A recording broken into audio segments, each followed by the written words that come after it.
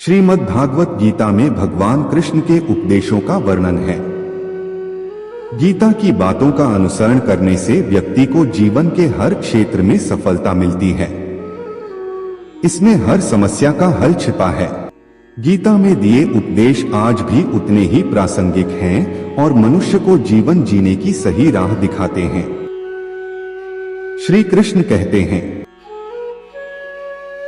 जहां आपकी कोई कीमत नहीं है वहां पर रुकना अनुचित है, चाहे वो किसी का घर हो या किसी का मन। जब कोई हाथ और साथ दोनों ही छोड़ देता है तब कुदरत कोई ना कोई उंगली पकड़ने वाला भेज ही देती है।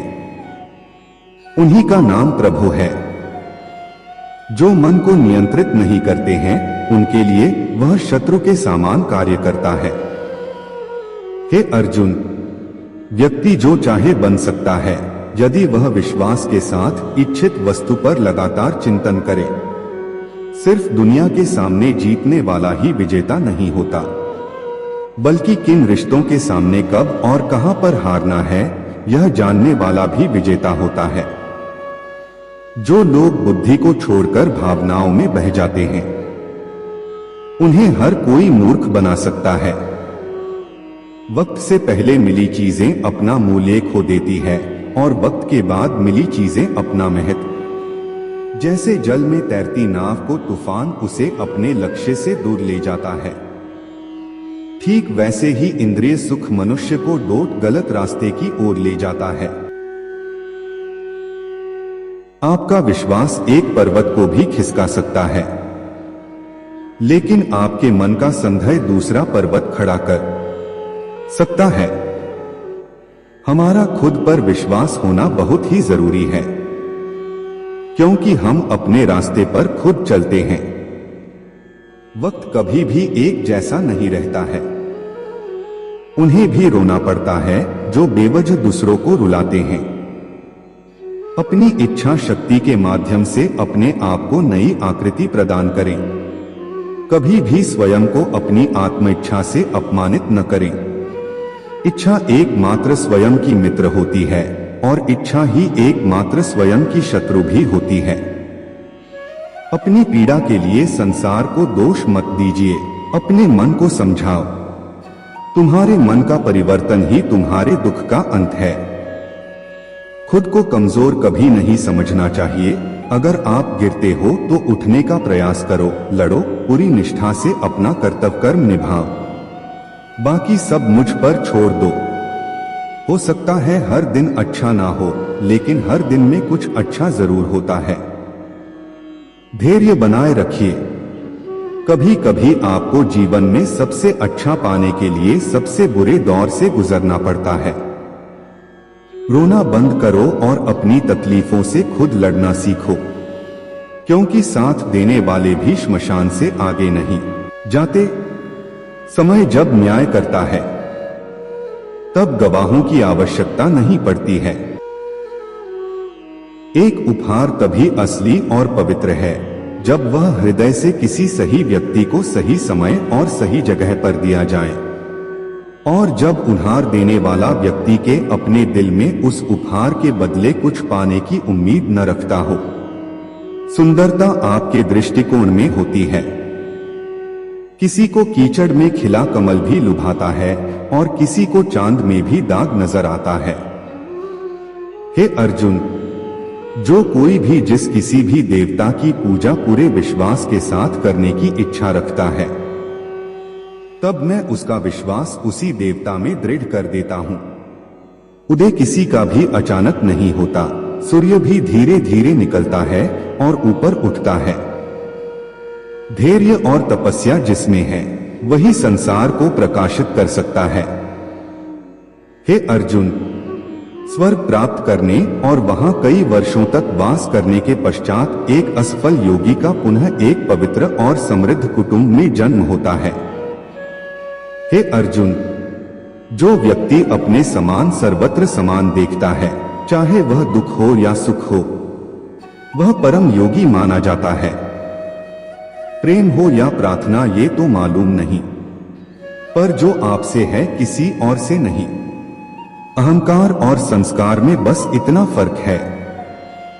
अहंकार दूसरों को झुकाकर खुश होता है और संस्कार स्वयं झुककर खुश होता है। सेवा सबकी करो मगर आशा किसी से मत रखो, क्योंकि सेवा का सही मूल्य सिर्फ ईश्वर ही दे सकते हैं। जब सत्य की असत्य से लड़ाई होगी तो सत्य अकेला खड़ा होगा और असत्य की फौज लंबी होगी, क्योंकि असत्य के पीछे मूर्खों का झुंड भी होगा। अकेले रहना तुम्हें यह भी सिखाता है कि वास्तव में तुम्हारे पास स्वयं के अलावा और कुछ भी नहीं। जब परिवार के सदस्य अप्रिय लगने लगे और पराये अपने लगने लगे, तो समझ लीजिए विनाश का समय आरंभ हो गया है। क्रोध आने पर चिल्लाने के लिए ताकत नहीं चाहिए, मगर क्रोध आने पर चुप रहने के लिए खूब ताकत चाहिए होती है। जो आपका है वो आपको मिलकर ही रहेगा, फिर चाहे उसे छीनने के लिए पूरी कायनात एक ही क्यों ना हो जाए। दो प्रकार के व्यक्ति इस संसार में स्वर्ग से भी ऊपर होते हैं। एक वो जो शक्तिशाली होकर भी क्षमा कर देते हैं और दूसरे वो जो दरिद्र होकर भी कुछ दान कर देते हैं। प्रेम शरीर या सुंदरता को देखकर नहीं होता है, प्रेम हृदय से होता है। जहां दो हृदय मिल जाए वहीं प्रेम जन्म लेता है। किसी भी व्यक्ति को अच्छे से जाने बिना दूसरों की बातें सुनकर उसके प्रति कोई धारणा बना लेना मूर्खता है।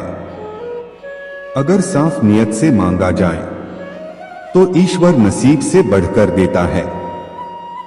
जब भी विनाश होने का प्रारंभ होता है, शुरुआत वाणी के संयम होने से होती है।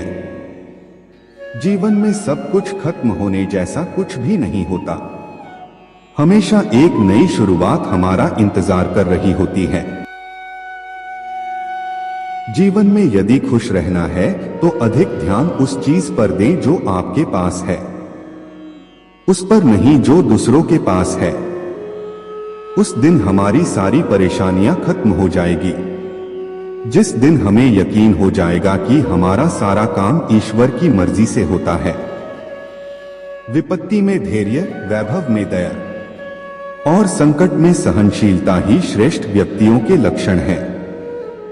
जो व्यक्ति स्पष्ट और सीधी बात करता है उसकी वाणी कठोर जरूर होती है, लेकिन वह कभी किसी के साथ छल नहीं करता। जो अच्छा लगे उसे ग्रहण करो और जो बुरा लगे उसका त्याग। फिर चाहे वह विचार हो, कर्म हो या मनुष्य, बुराई बड़ी हो या छोटी हमेशा विनाश का कारण बनती है, क्योंकि नाव में छेद छोटा हो या बड़ा नाव को डुबा ही देता है। परिवार और समाज दोनों ही बर्बाद होने लगते हैं जब समझदार मौन और नासमझ बोलने लगते हैं। आप वापस नहीं जा सकते हैं और शुरुआत को नहीं बदल सकते हैं, लेकिन आप जहां हैं वहीं से शुरुआत कर सकते हैं और अंत को अवश्य बदल सकते हैं। जब उम्मीदें टूटने लगे, कोई रास्ता दिखाई ना दे, तो एक बार भगवद गीता की शरण जरूर ले लेना। जय श्री नारायण। मित्रों, आपसे निवेदन है कि इस वीडियो के प्रथम भाग को भी जरूर देखिएगा, जो आपको अवश्य पसंद आएगी, जिसका लिंक आपको वीडियो डिस्क्रिप्शन में मिल जाएगा। मित्रों, अगर आपको ये वीडियो पसंद आई हो तो कृपया करके नीचे दिए गए सब्सक्राइब और लाइक बटन को जरूर दबाएं और वीडियो को ज्यादा से ज्यादा शेयर करें। धन्यवाद।